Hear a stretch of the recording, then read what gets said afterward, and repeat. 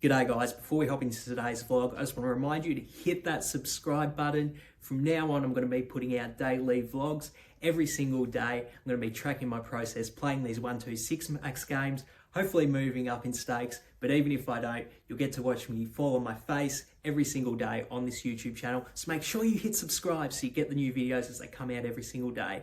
For now, onto the vlog.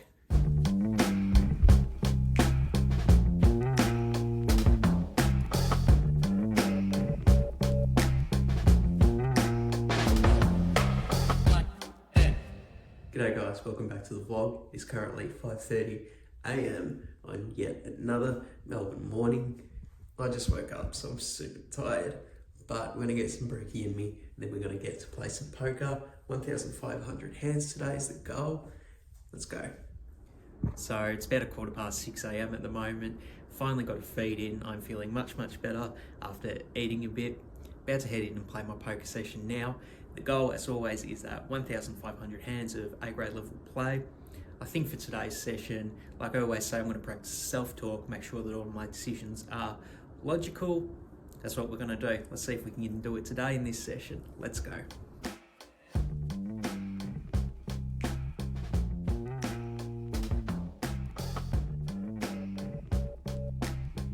Okay, so it is about 5:30 PM now, which is obviously a later finish for me, and there's a reason it's a later finish for me, and that's because I accidentally fell asleep between my first and my second session today. And I know you might be thinking, how do you accidentally fall asleep? Well, I went to take a nap, forgot to set an alarm.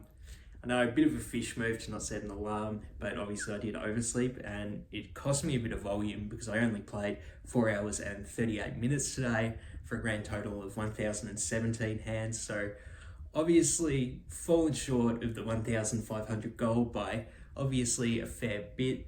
I might put in a session later tonight, but obviously wanted to have the 1,500 hands done before I took time to record this vlog. Obviously that's not the case, and I think it's the first time I've recorded a vlog before I've done the 1,500 hands for the day. So yeah, pretty disappointed with that lack of volume. But despite the lack of volume, I did run good across both the sessions I played today and ended up making a total of 389. So obviously the lack of volume didn't affect my win rate for today specifically, but of course that is not the right way to think about it. I think that my goal to play 1,500 hands is very achievable, smart goal to try and stick to. So I'm very disappointed that I didn't get the volume in, and it definitely affected my gameplay grade for this session. I gave myself a B. I do actually really like how I played through the first 1,000 hands. I think I was focused, practicing self-talk, making logical responses to my opponent's strategies, all the things I try to do when I give myself the A-grade level, but I do just have to downgrade myself for the lack of volume. I mean, I can talk about how great I played this session in my opinion, but at the same time, like, I only did over 1,000 hands. Like, that's much easier to do when you're only doing 2/3 the work, you know, to stay on your A-game that long. I'm just kind of kicking myself a bit for just sleeping in and missing out on the last 500 hands of the session because, yeah, I just can't give myself the A grade despite my play when I just didn't put the volume in. That's on me, and I have to downgrade my gameplay grade as a result. So I think that's going to be the big takeaway for me from today and this vlog is it's really important for me to not get caught up and emotionally attached to the wins I have, because putting in that volume at an A-grade level is much more important. That's in general why I started doing the gameplay grade as part of the vlog, because I know people want results, but it's not what I care about as much as just playing good poker, because I know in the long run that's what's really going to make me a successful player, is focusing on the strategy of the game and less so on what the specific results of any given session were. So I really want to get this next hand history out for this vlog in particular, because I just want the negative association. I want that synapse to connect in my brain between lack of volume and a pretty painful hand. So you'll see what I mean in a minute. Let's get to the hand history. The action's on me in the low jack, and I have ace 10 of spades. I go ahead and open it up to 4. Then the action folds to a cutoff, who have been playing pretty loose aggressive, to be honest, and had worked up a stack at this point. They have about 500 in their stack. They actually cover me, so it does make a lot of sense that they would want to go ahead and 3-bet. They go ahead and 3-bet to 17. then the action comes back around to me, and considering we are so deep with the villain, they've got 500 effective in a 1-2 game. It's pretty hard to make me fold considering we are so deep, and I do have a hand as strong as ace-10 suited.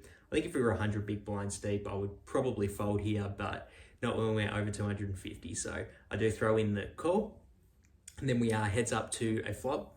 The flop is 10-3 deuce with 2 hearts. I go ahead and check it to the pre-flop 3-better. Then they go ahead and c-bet. They go ahead and make it 26. Obviously, this is a pretty large c-bet considering the size of the pot.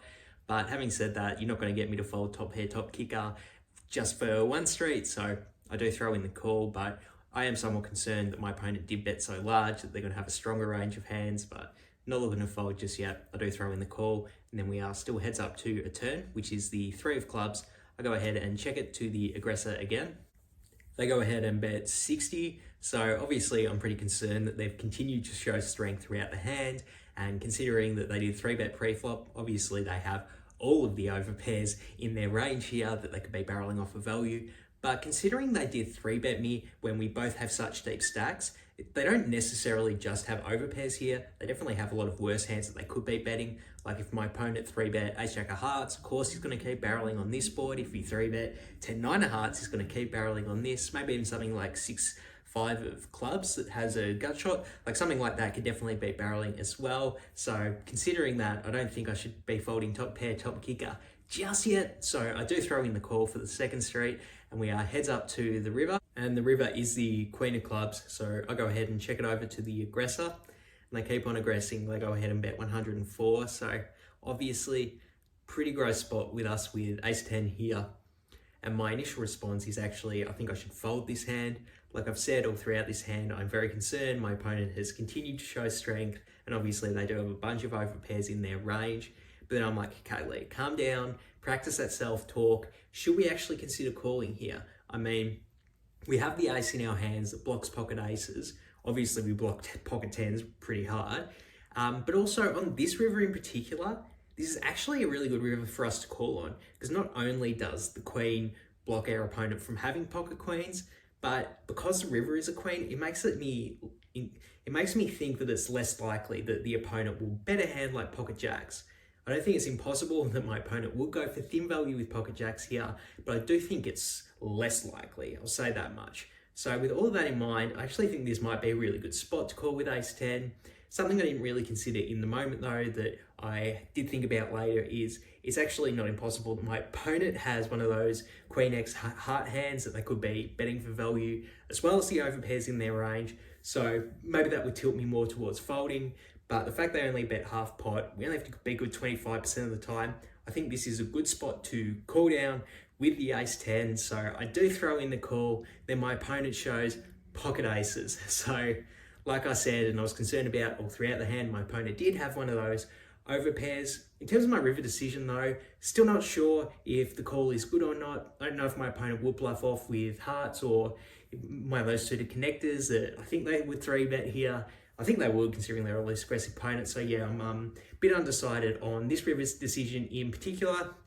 Not necessarily kicking myself for calling down with the ace-10, but definitely curious to hear what you guys think about this hand. So please hop in the comments below. Let me know what you think about the river. Do you like calling on the river, or should I just fold on the river? Let me know. I'm always pretty keen to hear what you guys think about these hands I play, so hop down in the comments to let me know what you think of it.